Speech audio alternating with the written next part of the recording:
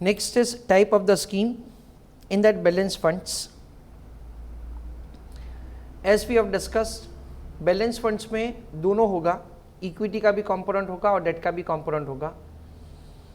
So by introducing the debt, you will be able to reduce the risk that you have of the investment. Balance funds make strategic allocation to the both debt as well as equity.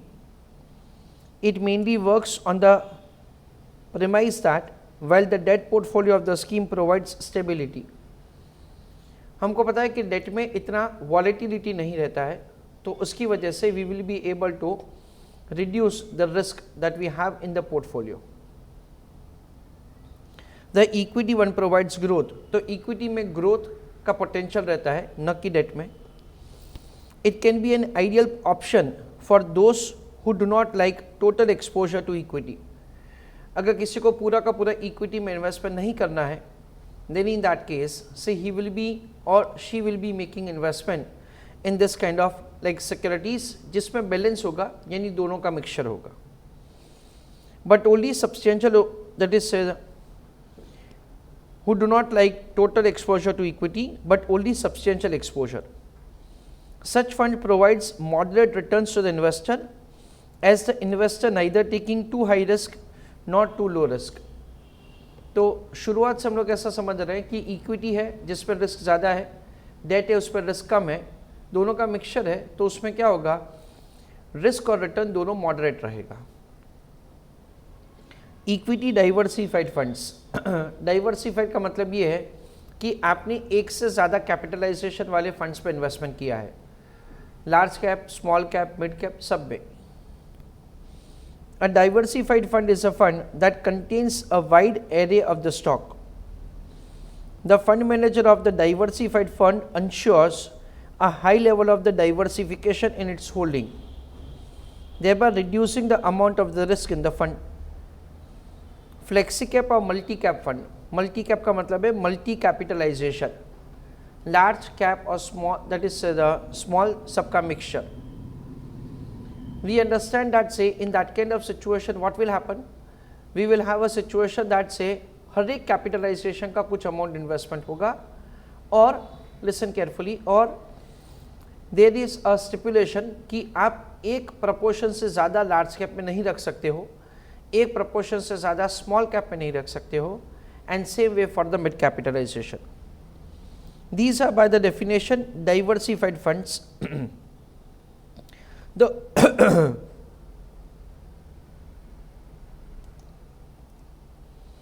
The only difference is that unlike normal diversified fund, offer document of the multi-cap or flexi-cap fund generally spells out the limits for minimum and maximum exposure to each of the market cap. Contra fund, a contra fund invests in those out of favor companies that have unrecognized value. It is ideally suited for investors who want to invest in a fund that has potential to perform in all type of the market environment, as it blends together both growth and the value opportunities. Investors who invest in contra fund have aggressive risk appetite. यानी basically जो हम लोग बोलते हैं that is the penny stock, यानी कि जिसका price अभी बहुत कम है वैसा स्टॉक्स में आप इन्वेस्टमेंट करोगे, और ये सारे स्टॉक्स इतने रिकग्नाइज नहीं है मार्केट में, तो उस पर बहुत अच्छा पोटेंशियल रहता है इससे प्राइस इंक्रीज का. उसके बाद index fund, Nifty, Sensex, that is what we have discussed.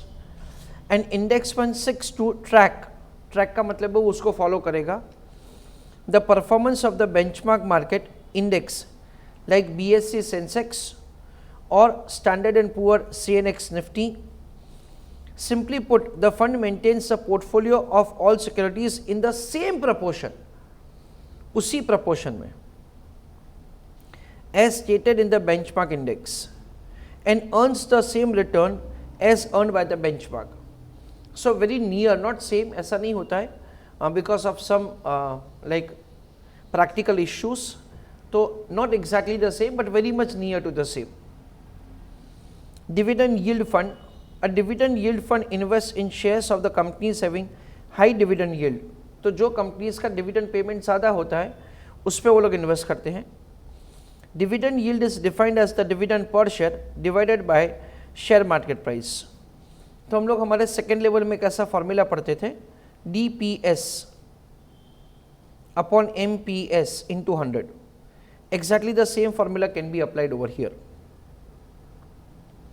Most of these funds invest in the stock of the companies having a dividend yield higher than the dividend yield of a particular index, Sensex or Nifty. The prices of the dividend yielding stocks are generally less volatile than the growth stock. Besides, in addition to that, they also offer the potential to appreciate. Among diversified equity funds, dividend yield funds are considered to be medium risk proposition. However, it is important to note that dividend yield funds have not always proven resilient in short term corrective phases. यानी ये लोग ऐसा कहना चाहते हैं कि short term में जब प्राइसेस डिक्रीज होता है तो ये वाले जो फंड होते हैं उनका परफॉर्मेंस इतना अच्छा नहीं होता है। Dividend yield schemes are of two types, dividend payout option and dividend reinvestment. Dividends are paid out to the unit holders under the option. However, net asset value of the unit falls to the extent of the dividend paid out and applicable statutory levies. यानी basically हम लोग ऐसा समझते हैं that से mutual fund अगर dividend pay कर देगा then to that extent so the NAV per unit will fall. And statutory levies का मतलब है अगर डिविडेंड डिस्ट्रीब्यूशन टैक्स पे करना है then in that case that is also an amount that you pay, so to that extent the cash amount will be less. Dividend reinvestment option, the dividend that accrues on the units under the option is reinvested back in to the scheme at ex dividend NAV. Hence, investors receive additional units on their investment in lieu of the dividend. यानी हम लोग ऐसा समझते हैं that से this amount of the dividend is री invested. तो dividend री इन्वेस्टमेंट प्लान वाले जो क्वेश्चंस किए हैं उसका यहाँ पे रेफरेंस है.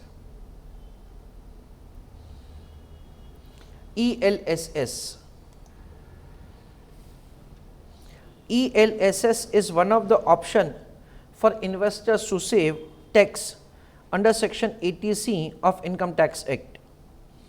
They also offer the perfect way to participate in the growth of capital market, having a lock-in period of 3 years.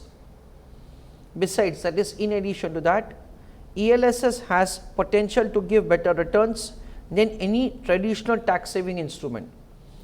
So, national saving certificate है, like public provident fund है, these investments are not giving so good return. They are safe return, risk-free return.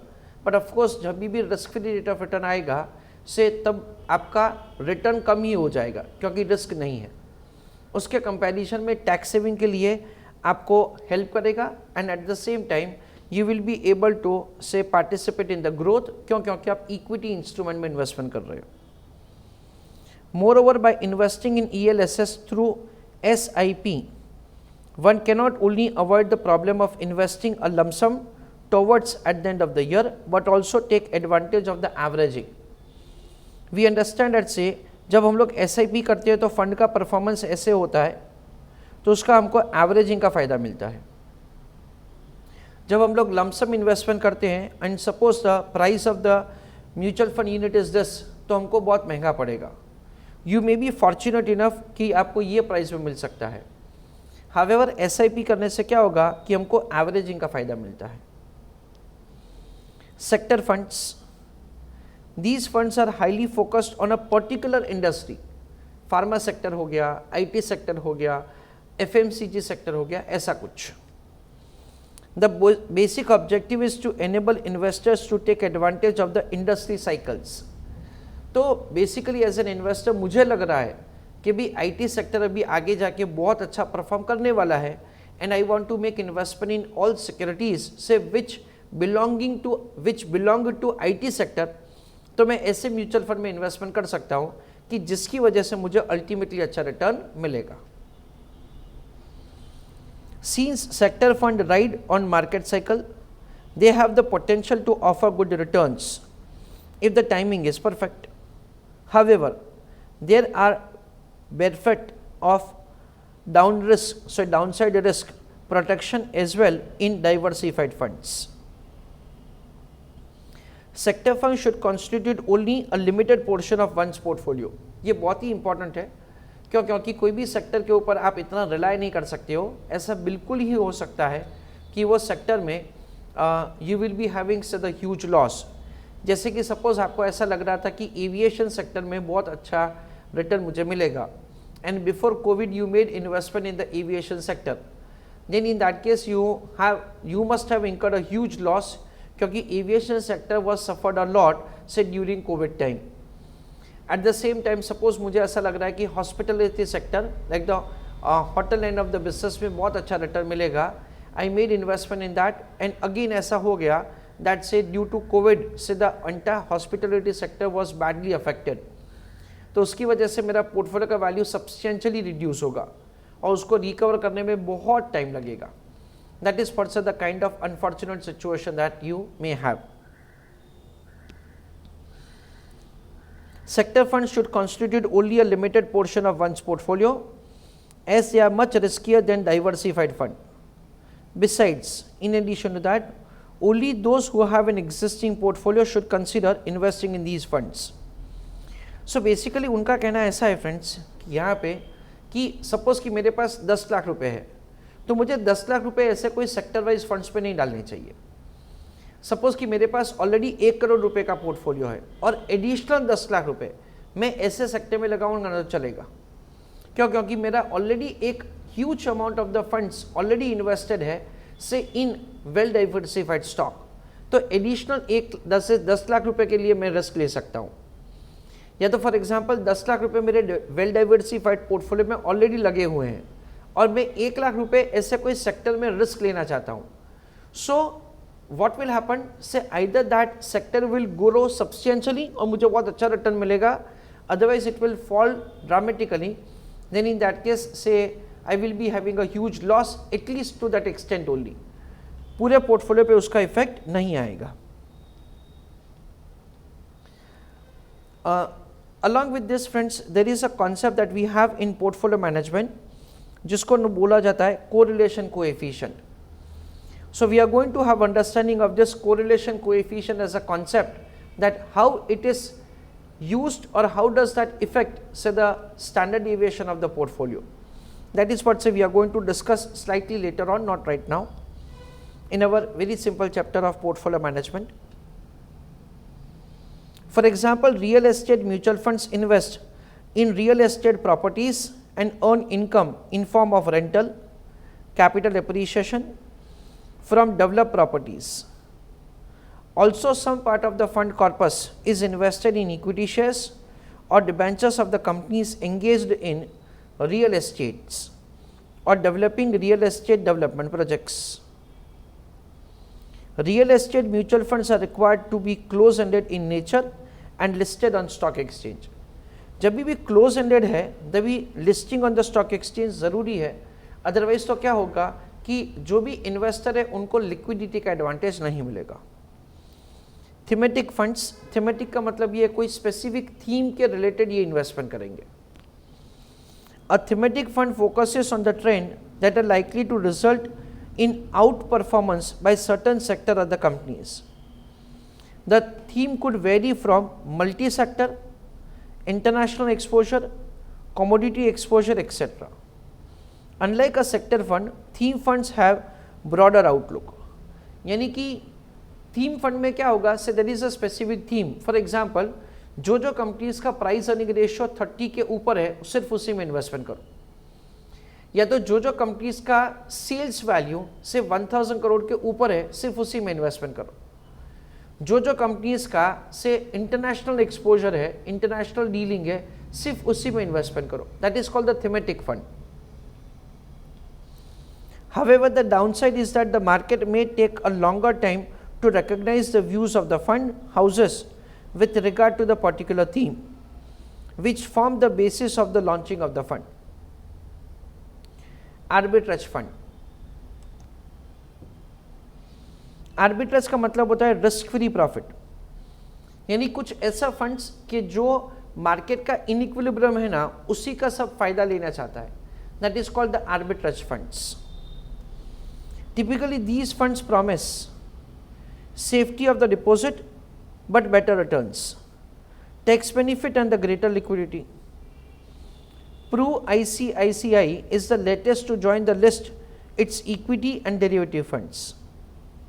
The open-ended equity scheme aims to generate low volatility returns by investing in the mix of cash equity, equity derivative and debt market. The fund seeks to provide better return than the typical debt instrument and lower volatility in comparison to equity.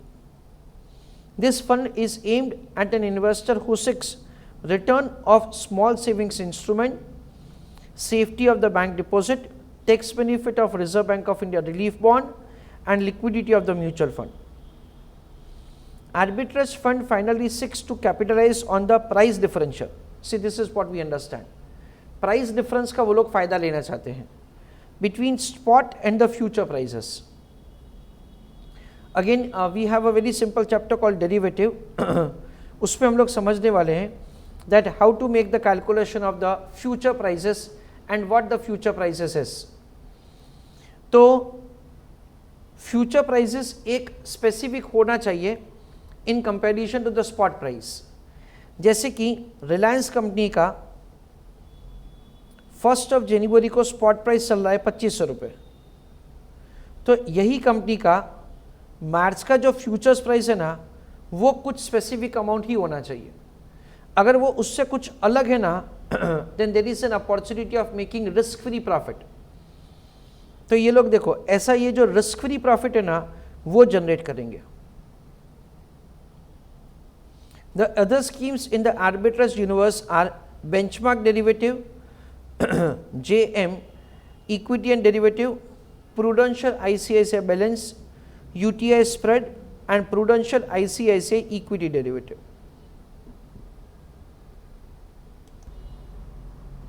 Hedge funds. Hedge fund is highly regulated investment fund that escapes most regulation by being sort of private investment vehicle being offered to certain selected clients. A big difference between hedge fund and mutual fund is that the former does not reveal anything about its operation publicly and charges a performance fees. Typically, if it outperforms a benchmark, it takes a cut off the profit. Of course, this is a one-way street. Any losses are borne by the investor themselves. Hedge funds are aggressively managed portfolio of investment which use advanced investment strategies such as levered, long, short derivative position in both domestic and international market, with the goal of generating high returns, either in absolute sense or over a specified benchmark. It is important to note that hedging is actually the practice of attempting to reduce the risk, but the goal of most of the hedge funds is to maximize return on investment. तो basically यहाँ पे उन्होंने ऐसा बोला है that it is a kind of portfolio management services, जिसपे क्या होगा कि आपका जो फंड्स है ना, वो इस हिसाब से मैनेज होगा, wherein say you will be, your investments will be made in such a way that say generates a huge return. जैसे कि आपने फॉर एग्जाम्पल 10 लाख रुपए का इन्वेस्टमेंट किया है, फॉर एग्जाम्पल 10 लाख का इन्वेस्टमेंट किया है, और आपका टर्म्स ऐसा है कि 10% के ऊपर जितना भी रिटर्न आएगा ना, उसका 20% हम लोग आपको देंगे और 80% हमारे पास रहेगा. यानी ये जो 10 लाख है ना, वो 1 साल के बाद हो जाता है फॉर एग्जाम्पल 15 लाख रुपए. 10 लाख का 10% कितना हुआ? 1 लाख. यानी वी अंडरस्टैंड दैट से 14 lakh rupees is what we understand is, ये 10 लाख 15 लाख हो गया, सो -5 दैट इज से 10 lakhs, तो 5 lakhs का इनकम हुआ. 10 lakhs का 1% कितना होता है? 1 लाख. तो ऊपर का रिटर्न कितना हुआ? 4 lakhs. 5 लाख रुपए का ग्रॉस इनकम है, उसमें से 1 लाख के ऊपर जितना भी रिटर्न है से वो बाइफरगेट होगा। 20% हम लोग क्या करेंगे, फंड मैनेजर को दे देंगे, यानी 4 लाख का 20% 80,000 और ये बाकी का जो है ना 80% वो आपके अपने पास रहेगा। That is 3,20,000। That is what we understand. So over here and of course unfortunately अगर ये वैल्यू नीचे जाता है तो वो लॉस आपको पूरा का पूरा बेयर करना पड़ेगा।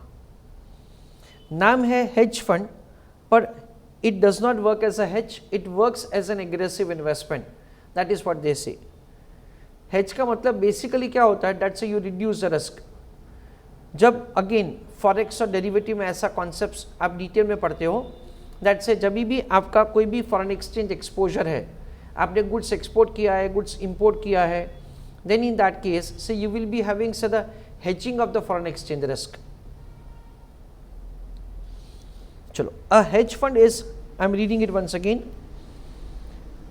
is lightly regulated investment fund that escape most regulations by being a sort of the private investment vehicle being offered to the selected clients. तो जो HNI होते हैं, हाई नेटवर्थ इंडिविजुअल, उनको ये ऑफर किया जाता है। The big difference between hedge fund and a mutual fund is that the former means hedge fund does not reveal anything about the operation publicly and charges a performance fees. ये देखो, return मिला तो ही आपको मुझे पे करने का है, रिटर्न नहीं मिला या तो कम मिला उस पर आपको पे नहीं करना है। Typically if it out performs a benchmark, benchmark क्या रखा है हमने, 10% रखा है, या तो बेंचमार्क हमने क्या रखा है, सेंसेक्स का रिटर्न रखा है, बेंचमार्क हमने क्या रखा है, निफ्टी का रिटर्न रखा है। It takes a cut of profit. Of course this is one way of street. Any losses are borne by the investors themselves. Hedge funds are aggressively manage portfolio of investments which use advanced investment strategies such as levered, long, short and derivative positions. Friends, levered का मतलब होता है कि they borrow and they make investment. Long position का मतलब होता है purchase, short position का मतलब होता है sale and derivative का मतलब होता है futures and options. ये सब हम लोग derivative में करने वाले हैं, बहुत सिंपल चैप्टर है।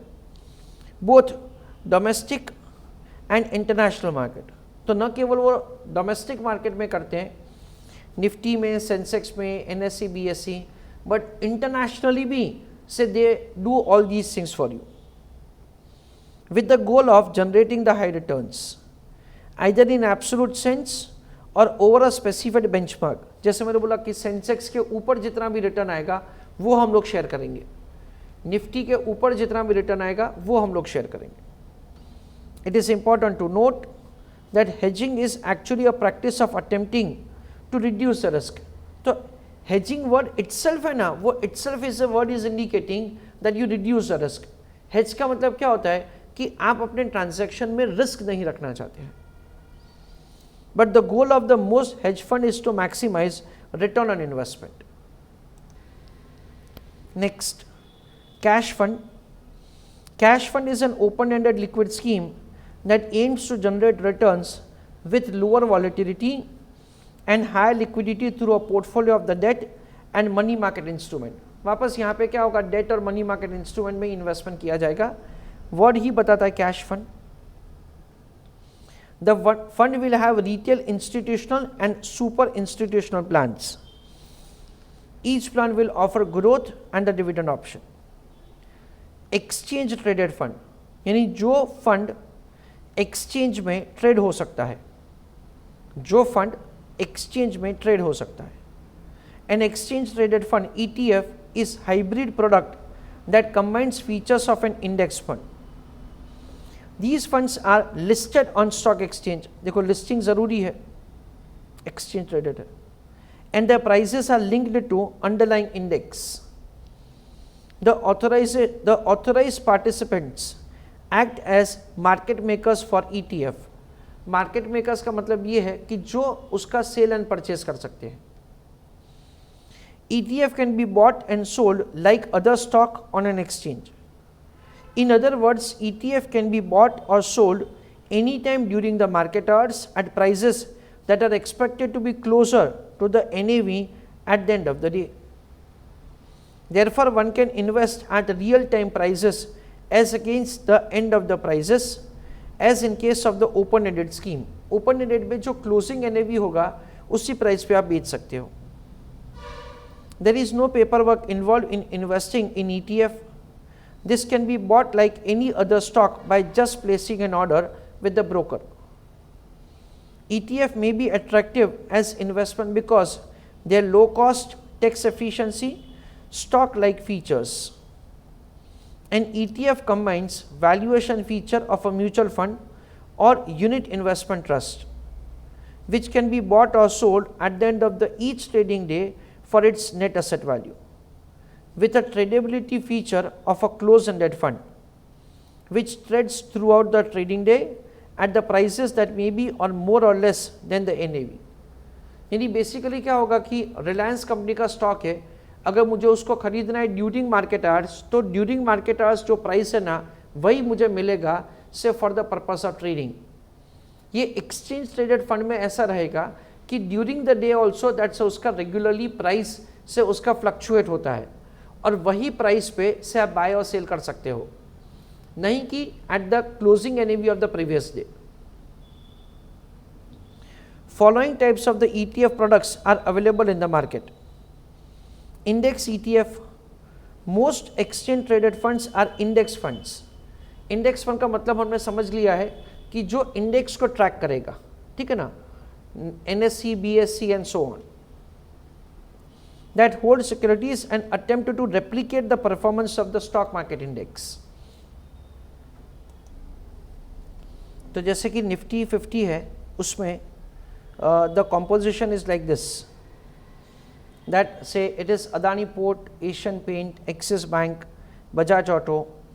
तो कौन कौन सी कंपनीज है उसका लिस्ट है अपने पास, वो कौन कौन से सेक्टर को बिलोंग करता है वो भी हमारे पास है. सो बेसिकली ये जो सेक्टर होता दैट इज ये जो इंडेक्स फंड्स होगा ना वो ये सारी कंपनीज में इन्वेस्टमेंट करेगा. That is what they are going to do.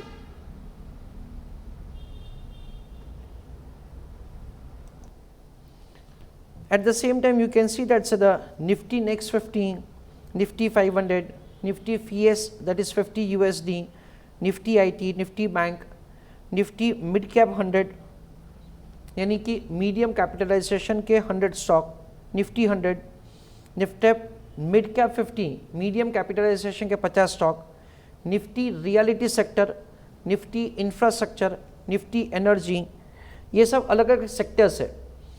FMCG, फिर multinational company, pharma, PSE, public sector bank, service sector, financial services and so on. तो इन सब में से कोई भी एक इंडेक्स को आप ट्रैक कर सकते हो. That is what we understand is the index funds.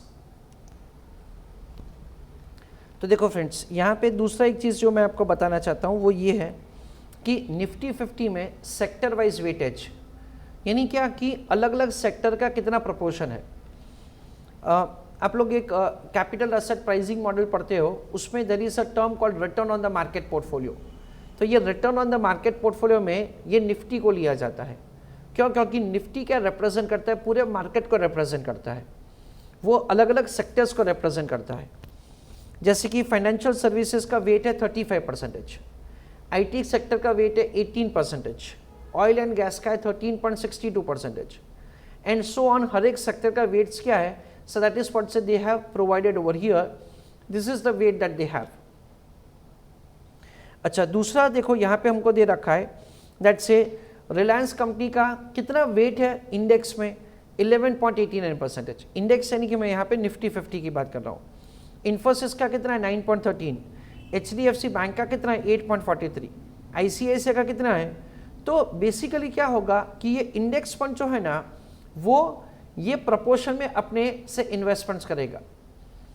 In portfolio management once again we are going to understand. बहुत सिंपल होता है कि ये प्रपोर्शन कैसे मेंटेन करने का. फॉर एग्जांपल मेरे पास 1 लाख रुपए हैं, तो 1 लाख का 11.89%, 11,890 मैं रिलायंस पे इन्वेस्ट करूंगा। 1 लाख का 9.13%, 9,130 मैं इन्फोसिस में इन्वेस्ट करूंगा। This is the way we are suppose to make investment in the individual stocks. ऐसे इंडिविजुअल स्टॉक में इन्वेस्टमेंट करने की वजह से मेरा जो हर एक सेक्टर में दैट इज से जो एक्सपोजर है ना, वो इस हिसाब से ऑटोमेटिकली हो जाएगा। Next is commodity exchange traded fund. Commodity exchange traded fund invest in commodities such as precious metal and futures. We know that सभी सब commodity का भी आप ट्रेडिंग कर सकते हो, जैसे कि गोल्ड है, बुलियन है, then copper, like that say for all commodities। तो उसके लिए say we have again the exchange traded fund, bond exchange traded fund. Exchange traded fund that invest in the bond are known as bond exchange traded fund. They thrive during economic recessions. जो economic recession के वक्त ये सब हमको बहुत help करते हैं, because investors pull their money out of the stock market and into the bond. For example government treasury bonds और those issued by the companies regarded as financially stable. Because of this cause and effect relationship, the performance of the bond ETF may also indicative of the broader economic conditions. Currency ETF.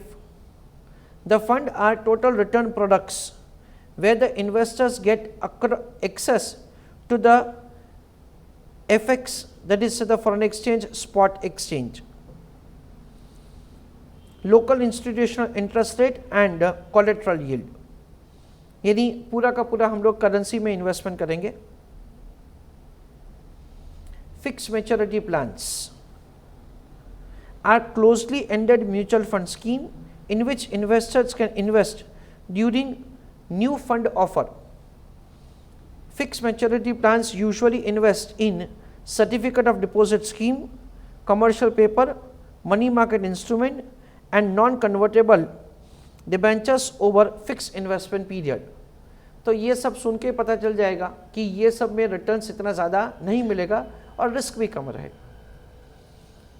Sometimes also invested in the bank FD in new fund offer during the course of which FMPs are issued are later traded on the stock exchange where they are listed। तो आपको liquidity वहाँ से मिल जाएगा। But the trading in FMP is very less, so basically FMPs are not liquid instrument।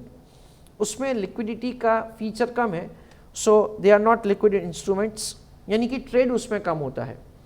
List होता है, पर जब मैं बेचने को जाता हूँ तब कोई खरीदना नहीं है, then in that case I have the liquidity issue। That is what they want to mention।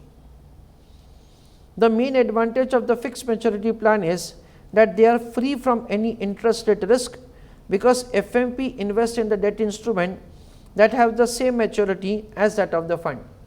यानी इंटरेस्ट रेट कम हो जाने का रिस्क नहीं है, क्यों? क्योंकि उनके पास री इन्वेस्टमेंट के कैश एक्रूअल बहुत कम होते हैं। However they carry a credit risk, यानी वो सामने वाला कंपनी डिफॉल्ट करेगा, वो रिस्क तो रहेगा ही। As there is possibility of the default by debt issuing company. So if credit rating of an instrument is downgraded, तो अगर किसी का क्रेडिट रेटिंग नीचे जाता है, the returns of future that is the fix maturity plan can come down.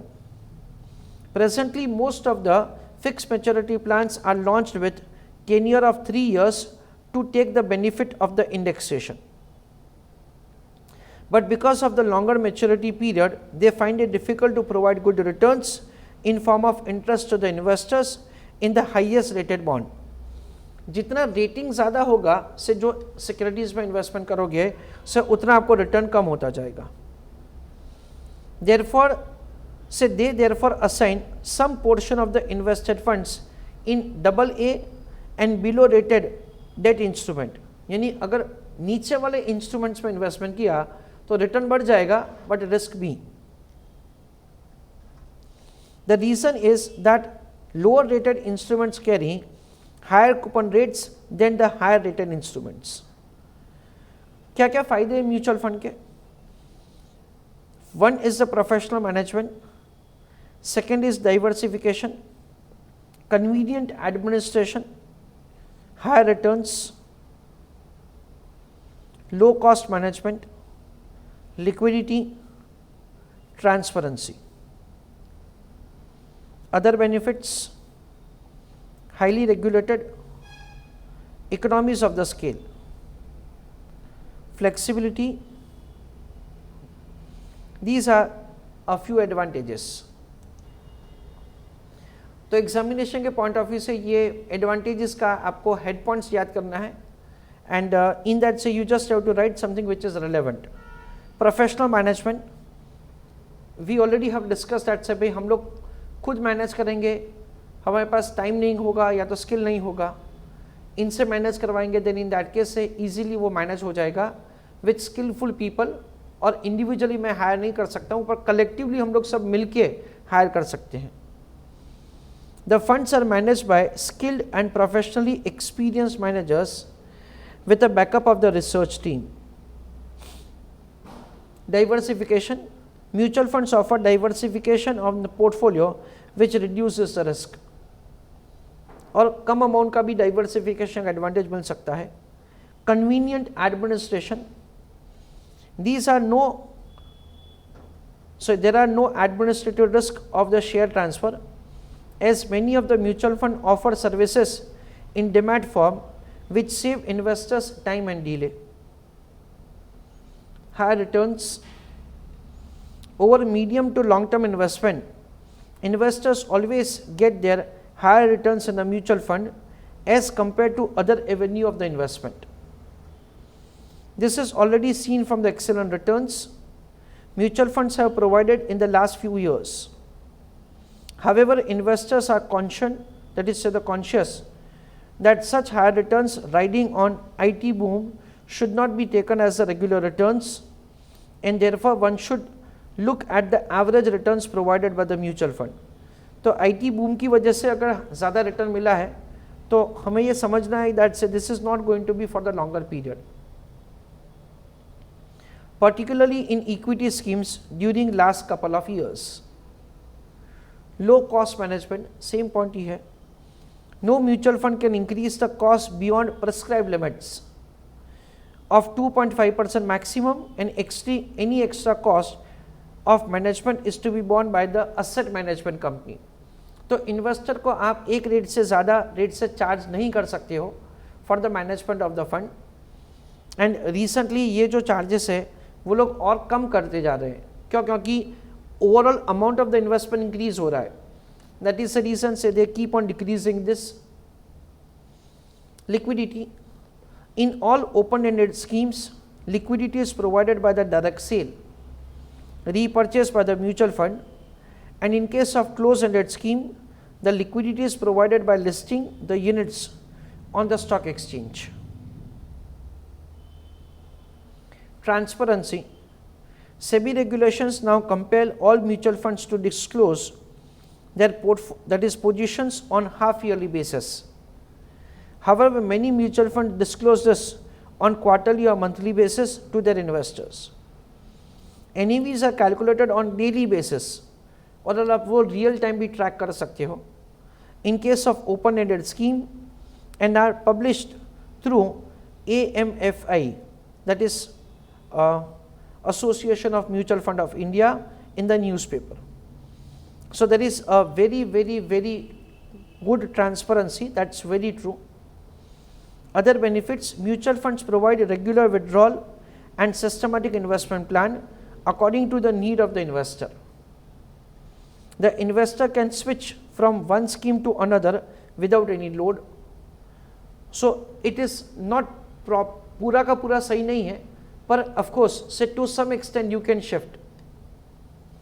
Highly regulated, mutual funds all over the world are highly regulated in India, and in India all mutual funds are registered with the SEBI and are strictly regulated as per the mutual fund regulations, which provide excellent the investor protection. That's also very true. Any investors are absolutely safe because of these regulations, like have the regular reporting, or they also cannot give any false commitment or they cannot give any false promise to the investor for the purpose of raising funds. और उन्होंने जो बोल के पैसा लिया है वही उनको इन्वेस्टमेंट करना पड़ेगा. They are not allowed to make investment something else than what they already have spoken to the investor. Economies of the scale, वापस वही पॉइंट है. The way mutual funds are structured gives it a natural advantage. The pooled money from number of investors ensures that the mutual fund enjoy economies of the scale. यानी सस्ता पड़ेगा. It is a cheaper compared to investing directly in the capital market, which involves high charges. This also allows the retail investors access to high entry level market like real estate, and also there is a great control over the cost. Flexibility. There are lot of features in the regular mutual fund scheme which imparts flexibility to the scheme. An investor can opt for SIP, यानी regularly आप investment करो. Systematic withdrawal plan, यानी कि for example somebody who is having say the age of let us say 65 years. Now 65 years पे उनका अभी earning नहीं हो रहा है, so they cannot invest. पर उन्होंने क्या कि स्टॉक मार्केट में पूरा का पूरा पैसा रखा हुआ है and every month say they will be having say a withdrawal of the say some specific amount. तो उसकी वजह से क्या होगा कि बाकी का जो पैसा है ना वो अच्छा रिटर्न जनरेट करेगा. अगर आप पूरा का पूरा पैसा अगर फिक्स डिपॉजिट में डाल देते हो तो क्या होगा कि आपको एक अमाउंट तो मिलेगा पर बाकी का पैसा जो है ना वो इतना कमाएगा नहीं. That is the reason say we are having something like called systematic withdrawal plan to plan his cash flow requirement as per his convenience. तो बेसिकली ये रिटायर्ड लोगों के लिए है. The wide range of the scheme being launched in India by different mutual fund also provide added flexibility to the investor to plan his portfolio accordingly. यानी आपको अपना risk का लेवल तय करना है, उस हिसाब के आपको इन्वेस्टमेंट मिल सकता है. If at all you are having say let us say you do not have the regular earning, आपका जो अर्निंग है वो इस हिसाब से फ्लक्चुएट होता रहता है, तो आपको लग रहा है कि मैं SIP कैसे प्लान करूं, तो आप क्या कर सकते हो फ्रेंड्स, आप कुछ ऐसा कर सकते हो कि for example at a particular point of time you have an amount of ₹12 lakhs. आपको लग रहा है कि मैं अगर ये पूरा का पूरा पैसा एक साथ मार्केट में डाल दूंगा और सपोज कि ये मार्केट है और मार्केट का ये पोजीशन है, तो मैंने 12 लाख यहाँ पे इन्वेस्ट किए, तो मेरे को एवरेजिंग का फ़ायदा नहीं मिलेगा. So there is something like called systematic transfer plan. यानी ये 12 लाख रुपये आप क्या कर सकते हो, आप म्यूचुअल फंड के डेट इन्वेस्टमेंट में डाल सकते हो और हर महीने 1 लाख रुपया ट्रांसफ़र होता जाएगा इक्विटी में. तो क्या होगा, आपको ये एवरेजिंग का फ़ायदा मिलेगा. That is for the systematic transfer plan. तो बहुत सारा फ्लेक्सिबिलिटी है. हमने ऊपर देखा कि कितने सारे फंड्स हैं, तो you will have absolutely flexibility of making investment as per your risk appetite. Drawback of the mutual fund, no guarantee of the return. वो तो है ही, उसको ड्रॉबैक नहीं पर उसको it is part of the it is a feature of the mutual fund. There are 3 issues involved. All mutual fund cannot be winners. That's very very very true. There may be some who may underperform the benchmark. Nifty हमारे example में ले लेते हैं. It may not even perform as a novice invest in the market constituting the index. A mutual fund may perform better than the stock market, but this does not necessarily lead to a gain for the investor. The market may have risen and the mutual fund scheme increase in the value, but the investor would have got the same increase had invested in the risk-free investment than in the mutual fund. Investors may forgive if the return is not adequate, but they will not do so if the principal is eroded. Mutual fund investment may depreciate in the value. तो ये inherent risk है हमेशा. This is what say someone should be very clear कि mutual fund is not is basically making investment in the stock market only. तो stock market में जो risk है वो तो यहाँ पर रिस्क रहने ही वाला है। रिलायंस का प्राइस नीचे जा ही सकता है, इन्फोसिस का प्राइस नीचे जा ही सकता है। सो दिस इज व्हाट से the very much possible diversification. A mutual fund helps to create a diversified portfolio. Though diversification minimizes the risk, it does not ensure maximizing return. Returns that the mutual funds offer are less than what an investor can achieve. For example, a single security held in mutual fund doubles in value. The mutual fund itself would not double in the value because the security is only a small part of the fund's holding. By holding a large number of the different investment, mutual fund tend to do neither exceptionally well nor exceptionally poor. Limitation बोलने के लिए limitation है, वो लोग कुछ ऐसा कह रहे हैं, सपोज आपने सिर्फ रिलायंस पे इन्वेस्ट किया होता, सिर्फ रिलायंस में, at this point that is जब उसका प्राइस इतना था, लेट अस से 2000 फॉर एग्जांपल, आपने इन्वेस्टमेंट किया, उसका प्राइस ऐसा करके ये है, तो आपको लग रहा है अरे यार मैंने सिर्फ रिलायंस में डाला होता तो कितना मस्त रिटर्न मिलता। जो म्यूचुअल फंड ने आपने इन्वेस्टमेंट किया है ना, उसमें one of the investment is the Reliance. तो उसमें क्या हुआ, उसमें ऐसा हुआ कि आपका जो वैल्यू है ना वो यहाँ से यहाँ तक आया। तो ये तो हमेशा के लिए है। When you have a diversified, then in that case आपका रिस्क है ना, वो रिस्क कम हो जाएगा और रिटर्न का पोटेंशियल भी, क्योंकि सारे के सारे स्टॉक्स एक साथ ऊपर नहीं जा सकते वही रेट में, पर उसमें फायदा भी है। लेट्स से सारे के सारे स्टॉक्स नीचे भी नहीं जा सकते एक साथ, तो वेटेड एवरेज आपको क्या रिटर्न मिल जाएगा उसमें। Because in definitely we have to keep in mind, जब भी इन्वेस्टमेंट करो तभी सिर्फ रिटर्न को ध्यान में बिल्कुल ही नहीं रखने का है, रिस्क को भी बिल्कुल ध्यान में रखने का है। क्योंकि सपोज ये ट्रेंड ऐसा हुआ होता, then in that case Reliance पे पैसा पूरा का पूरा डूब जाता, और यहाँ पे क्या, यहाँ पे ये यहाँ पे आगे अटक जाएगा। Selection of the proper fund,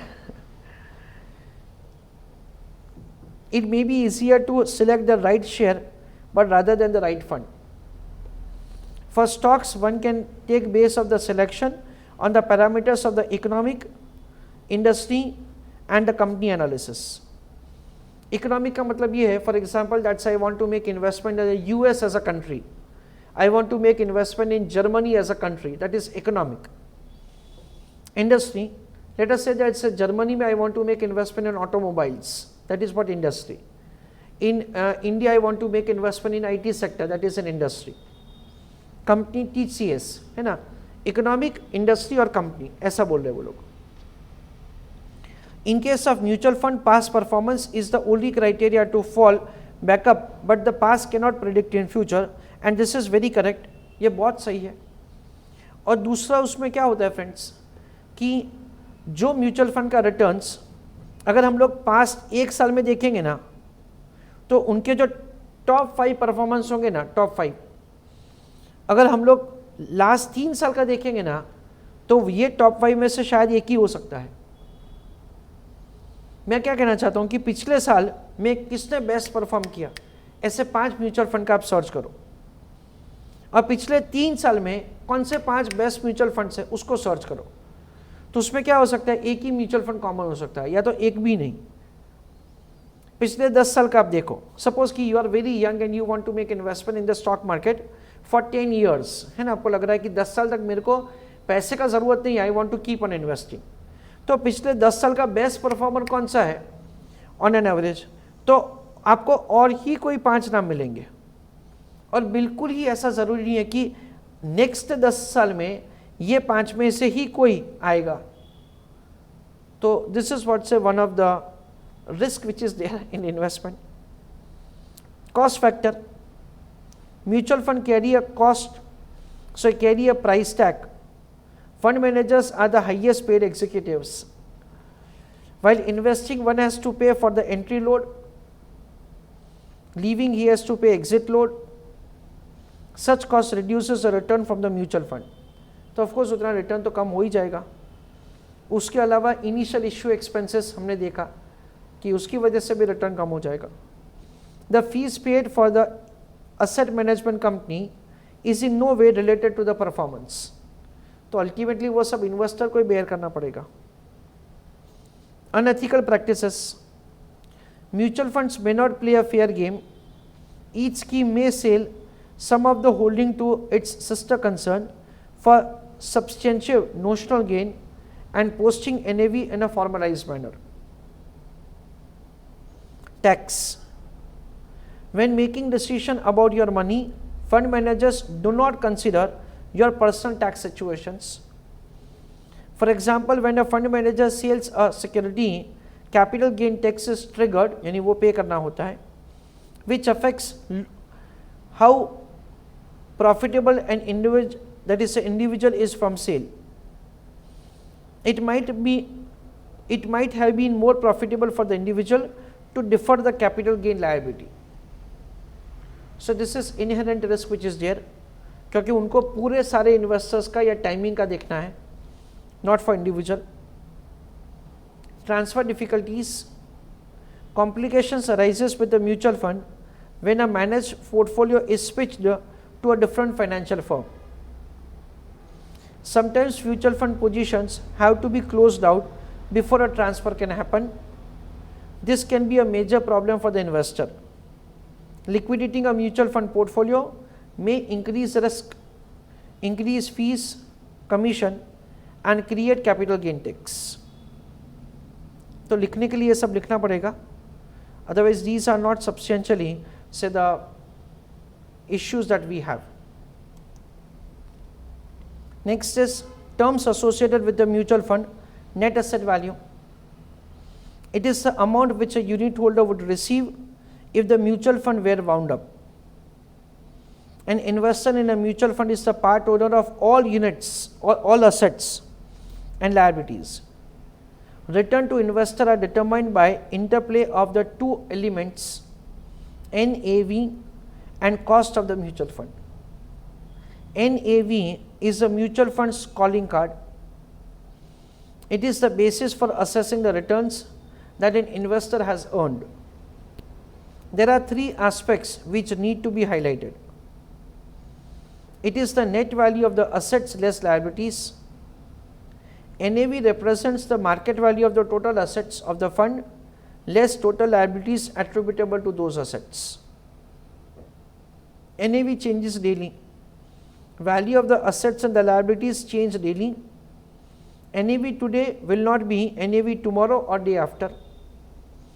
NAV is computed on per unit basis, that is dividing the net asset value by number of outstanding units. तो NAV के ऊपर नोट आए तो ये सब लिखना पड़ेगा हमको. All these things that we have covered in the practical examples. How net asset value is calculated? It is value of the net assets of the fund. The investor subscription is treated as a unit capital in the balance sheet of the fund, and the investment on their behalf are treated as assets. The fund's net assets are defined as assets less liabilities. So net assets upon number of units. Net assets is market value of the investment plus debtors plus other accrued income plus other assets minus accrued expenses minus other payable minus other liabilities. Entry load, exit load in the mutual fund. Some AMC asset management companies have sales charges or load on their funds, entry load and or exit load, to compensate for the distribution cost. यानी जो भी उनका खर्चा होता है वो recover करने के लिए. The fund can be purchased without a sales charge are called no load funds. Entry load is charged at the time an investor purchases the units of the scheme. The entry load percentage is added to the prevailing NAV at the time allotment of the units. Exit load is charged at the time of redemption or transferring an investment between the scheme. The exit load percentage is deducted ठीक है ना, वो exit load deduct करेंगे, entry load add करेंगे from the NAV at the time of redemption और transfer between the schemes. This amount goes to AMC and not in the pool of the funds of the scheme. In simple term, therefore, an entry load or exit load in the mutual fund are the charges one pays while buying and the selling the fund respectively. Example, Mr. X earns 10% on his investment in equity shares. He is considering recently floated scheme of the mutual fund where the initial expenses are 6% and annual recurring expenses are 2%. How much mutual fund scheme should earn to provide Mr. A return of 10%? तो हमने किया है वैसे. We understand like this. Investor को क्या चाहिए? 10 चाहिए. हमारे पास पैसा कितना आएगा? 1 माइनस 0.06 और 2% का रिकरिंग एक्सपेंसेस हमको अर्न करने का. सो कुल मिला के 12.64%. Trail commission. ट्रेल कमीशन एक इंपॉर्टेंट पॉइंट है. ट्रेल कमीशन का मतलब कुछ ऐसा है कि सपोज कि मैंने एक म्यूचुअल फंड के मैंने कोई म्यूचुअल फंड में इन्वेस्टमेंट किया, तो बेसिकली क्या होगा, that's I will make investment through one of my consultant जो मुझे सजेस्ट करेगा दैट्स ये म्यूचुअल फंड्स है.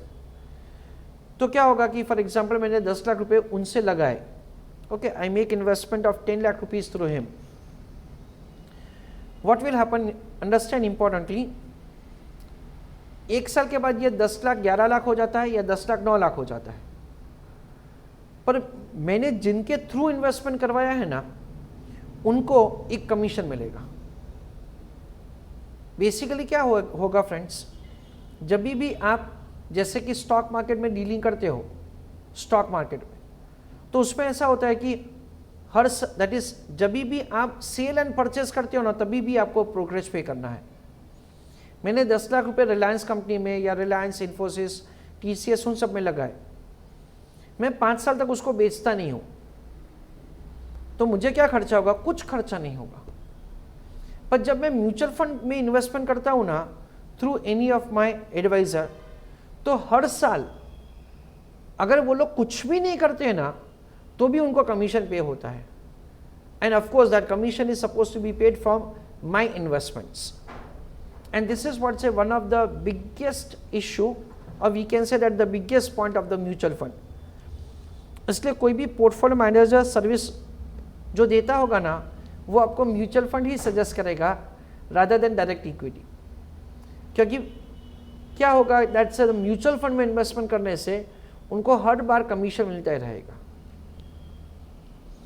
It is the amount that the mutual fund investor pays to his adviser each year. The purpose of charging this commission from the investor is to provide incentive to the adviser. Adviser यानी कि जिसके through मैंने investment करवाया है, to review that customers holding and to give advice from time to time. Of course अगर मेरा mutual fund perform नहीं करेगा, then in that case I will have a question to him कि भाई मेरा म्यूचुअल फंड क्यों परफॉर्म नहीं कर रहा है. डिस्ट्रीब्यूटर्स जिसके थ्रू मैं इन्वेस्टमेंट करता हूँ, usually charge trail commission of 0.3 to 0.75% of the value of the investment for each year the investor money remains invested in with the fund company. जितना भी पैसा इन्वेस्ट रहता है ना, उसका एक प्रपोर्शन उनको मिल जाता है. This is calculated on daily basis. देखो हर रोज वो चार्ज होता है as a percentage of the asset under management of the distributor and is paid monthly. उनको मंथली पेमेंट मिल जाता है. This is separate from any upfront commission that is usually paid by the fund company to the distributor. उसके अलावा उनको upfront commission मिलता है out of its own pocket. Expense ratio. It is the percentage of the assets that was spent to run a mutual fund. वो हमने देखा था expense per unit divided by average anyway. It includes things like management and advisory fees, travel cost and consultant fees. The expense ratio does not include brokerage for trading the portfolio. It is also referred to as management expenses ratio. Paying close attention to the expense ratio is necessary. The reason is that it can sometimes be as high as 2 to 3%, which can seriously undermine the performance of the fund. Side pocketing,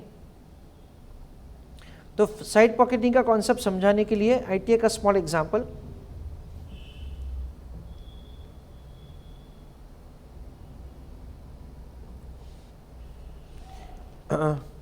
Understand that say a mutual fund is there which has made investment in debentures of a company called X, जिसपे उन्होंने 2 लाख रुपए का investment किया है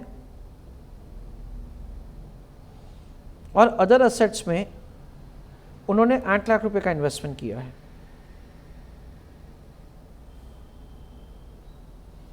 तो mutual fund का net asset से for example 10 lakh. Late us say that से म्यूचुअल फंड ने 50,000 यूनिट्स इश्यू किए हैं.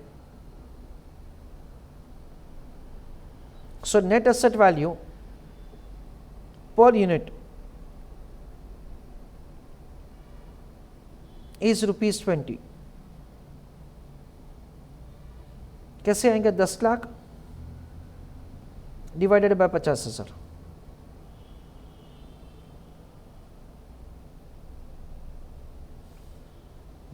तो ये एक सिचुएशन है दैट इज एक म्यूचुअल फंड का. And let us say that there is an investor called mister P who is holding 100 units.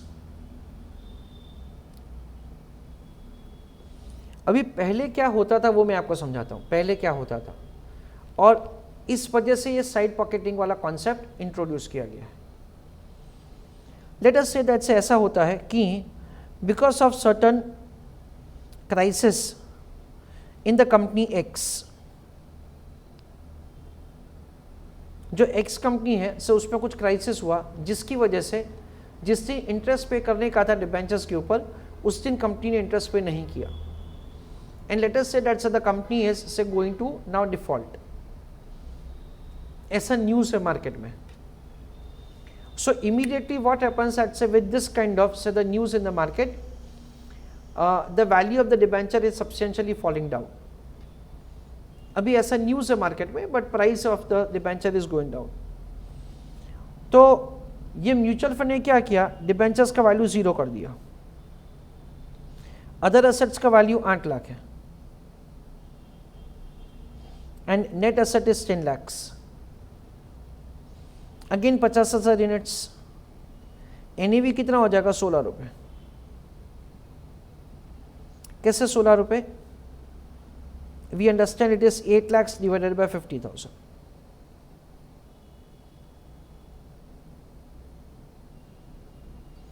Debentures का वैल्यू 0 होना जरूरी नहीं है, पर मैं अभी फॉर द टाइमिंग ऐसा अज्यूम कर रहा हूं कि म्यूचुअल फंड ने कंप्लीटली उसको राइट ऑफ कर दिया. वाई? बिकॉज से there is a rumour that's अभी ये कंपनी का जो कंपनी लिक्विडेशन में ही जाने वाला है, ऐसा करके.